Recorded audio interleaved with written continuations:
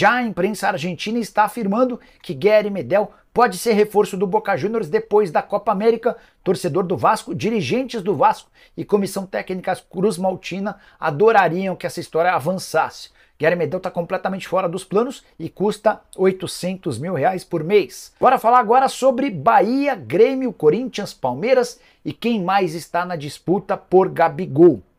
Nas últimas horas surgiram mais dois interessados no atacante. São eles o Bahia e o Grêmio.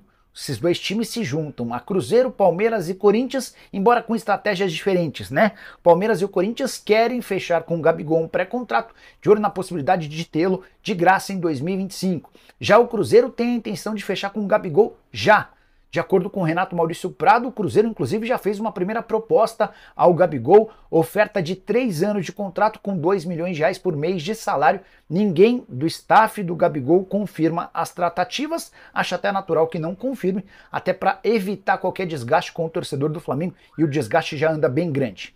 Sobre Bahia e Grêmio, que são os mais novos interessados, a justificativa para essas negociações. No Bahia, Everton Ribeiro e Rogério Ceni são muito próximos do Gabigol. O Everton Ribeiro era talvez entre os líderes do elenco do Fla aquele com o melhor relacionamento com o Gabigol. Gabigol que acabou perdendo moral com atletas do Flamengo por conta do seu comportamento nem sempre muito profissional. E o Bahia precisa de um atacante que faça gols. Seria um casamento bem interessante. Em relação ao Grêmio, Renato Gaúcho declarou na última segunda-feira em entrevista ao Sport TV que é muito amigo do Gabigol e deixou nas entrelinhas a intenção do Grêmio em fechar com um atleta.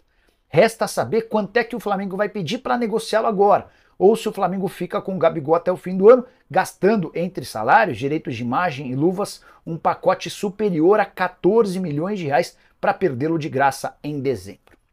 Bora falar agora sobre Felipe Coutinho. Ninguém pode cravar, mas estou assegurando para vocês que as negociações entre Vasco e Felipe Coutinho estão fechadas. Coutinho já apertou a mão de um dirigente importante da Associação do Vasco, assegurando que será reforço cruzmaltino na metade do ano.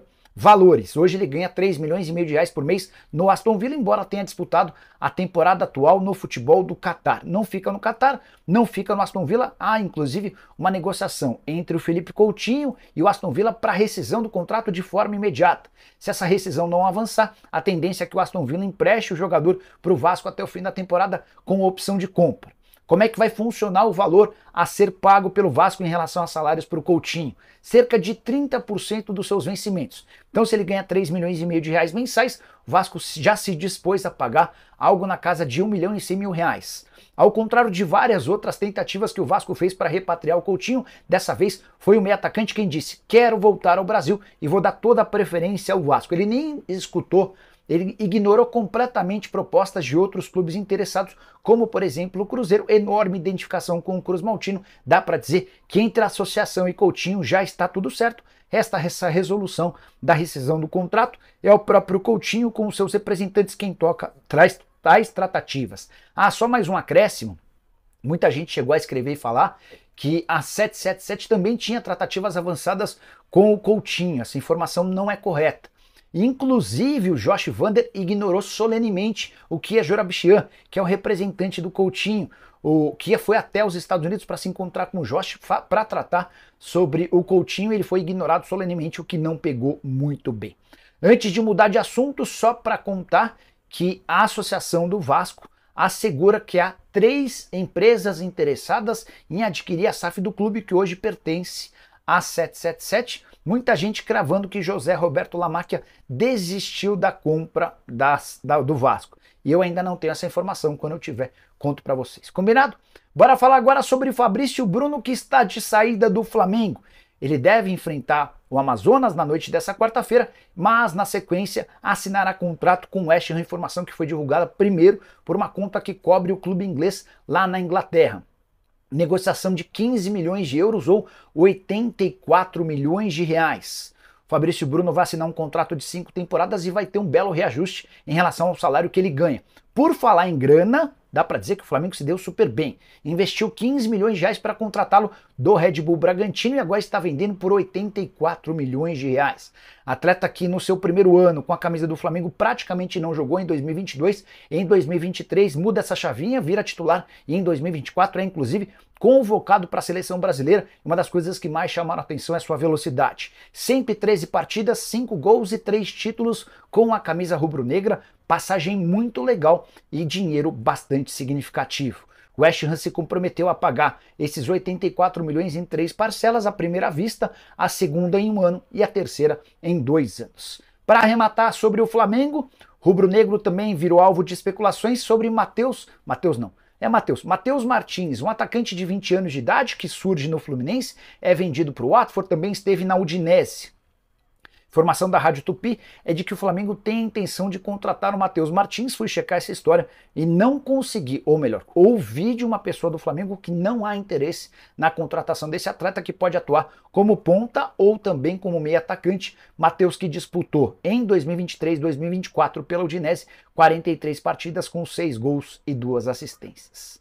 Agora sim, bora começar o vídeo com o tradicional giro de notícias, e a primeira informação é sobre o Vasco, que acaba de assegurar 3 milhões e 400 mil com a classificação para as oitavas de final da Copa do Brasil, nessa terça-feira com o São Januário lotado, empate em 3-3 no tempo normal com o Fortaleza e vitória nos pênaltis. Durante o jogo, Verratti marcou 2 vezes e na decisão por pênaltis, o Kevin Andrade, atacante venezuelano, desperdiçou a cobrança do Fortaleza, que foi melhor do que o Vasco na soma dos 180 minutos, mas está eliminado. Por falar agora sobre o futuro de Roberto Firmino, atacante brasileiro de 32 anos de idade, já foi da seleção brasileira, já fez gol de título de Mundial de Clubes para o Liverpool e ele está decidido a deixar a Arábia Saudita, mesmo com um salário de 9 milhões de reais por mês, contrato no Al Ahly até junho de 2026. Mas a ideia do Firmino é deixar a Liga Saudita no fim da atual temporada, ou seja, em mais ou menos um mês.